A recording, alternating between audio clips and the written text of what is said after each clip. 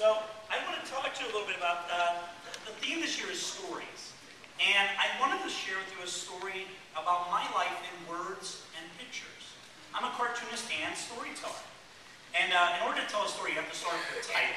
Everybody's life should have a title. Think about, later what the title of your life is going to be. My title is going to be How Bumblebee Learned to Fly. Okay? You'll see why that makes sense later. And this is really broken down into two stories. And they're stories about the powers of storytelling. It's about how I became an artist and how I became a storyteller. I was born at a very early age. Most of you probably were. My love of pictures started really, really early. I was only 4 years old. My parents caught me drawing on the walls with a crayon. You know what they did? They taped paper up on the walls and said, go ahead. And I often tell kids there's really 3 things you need to be a great cartoonist. Something to draw on, something to draw with, and your imagination. But there's another thing you need, and that's encouragement. Someone to say, it's okay. Someone to say, good job. Someone to say, you can do this. Now, sometimes, there's one other thing that can really be helpful. My parents' encouragement wasn't enough. I needed encouragement and discouragement. I needed people to tell me I couldn't do it so that I would really, really want to. So I always took that to heart, that you could do anything, so long as you wouldn't accept those who tried to discourage you, and you could overcome it all to prove you could. I grew up in the time called the 1970s, about 10,000 years ago. Any of you ever hear about the 1970s? You probably read about it in your history books, right? Okay, your parents probably, your great-grandparents grew up in the 1970s. Well, that's when I grew up.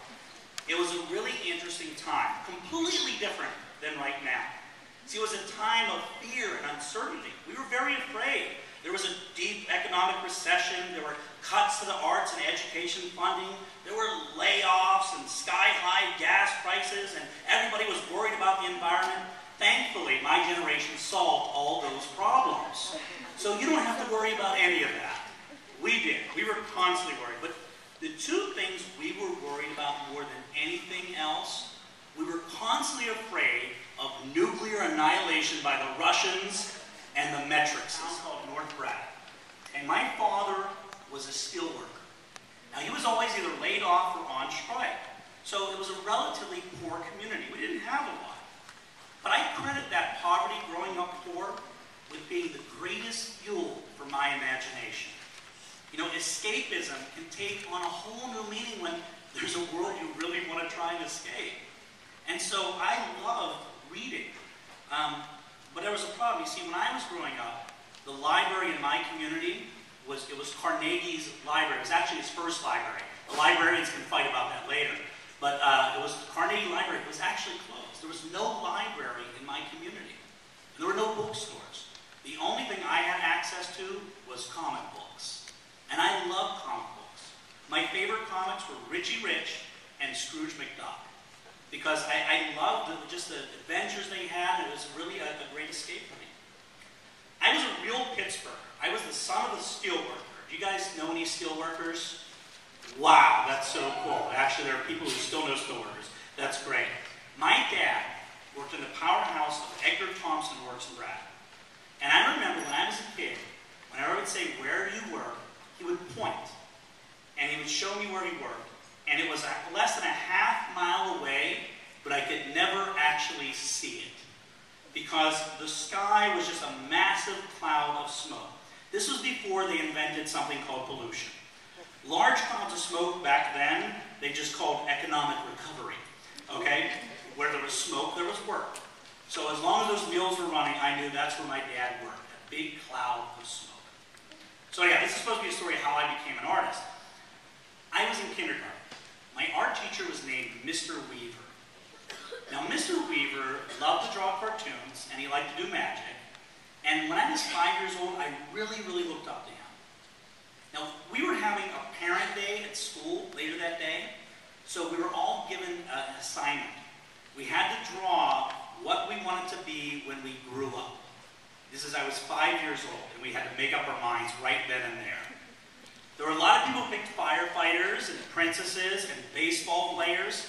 I should tell you, this is the 1970s, so the Pirates were actually good, and the Steelers actually stank, because this was the early 1970s. So it was a very different time. And then there was me. I had a tough choice. You see, there were two things I liked most and wanted to be. I wanted to be either an artist or a steelworker. Now, Mr. Weaver made it very clear that what we had to do was put all our heart into this drawing. We had to make it colorful and vibrant, and it had to be perfect. Now, this was easy for me because I knew exactly where my dad worked, and I knew exactly what it looked like. I knew how to draw a meal. So I took a piece of paper, and I took a crayon, and I drew. And I drew, and I drew, and it was fantastic. And then I went up to Mr. Weaver, and I said, "I'm done." Well, he looked at it, and he started yelling at me.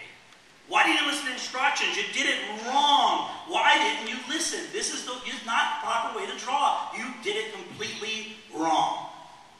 I had never heard the word wrong when it related to drawing. I had not realized there was even such a thing as drawing something wrong. I was heartbroken. He sent me to the corner and said, "Wait till your parents come in here today." And I sat there in the corner. I was devastated. I had let down my art teacher. I had let down my parents. I had let down the entire art world. I sat there crying in the corner. The only thing that made me feel better as I was crying and crying in the corner is trying to blow bigger and bigger snot bubbles out of my nose. That was the only thing that cheered me up just a little. My parents showed up eventually. Mr. Weaver called me over, and he called my parents over. And then he showed the drawing to my parents. My dad looked at the drawing, and then he looked at me and said, "That is the best drawing of the meal I have ever seen." My dad knew right away what it was and where it was. He then proceeded to give Mr. Weaver a history lesson on the steel industry and how Edgar Thomson Works helped build this nation, and how dare he not recognize a steel mill when he saw it. Well, that was it. Mr. Weaver apologized to me, and my dad was able to see through child scribbles and through the smoke to see what was really in my heart. You know, after he apologized,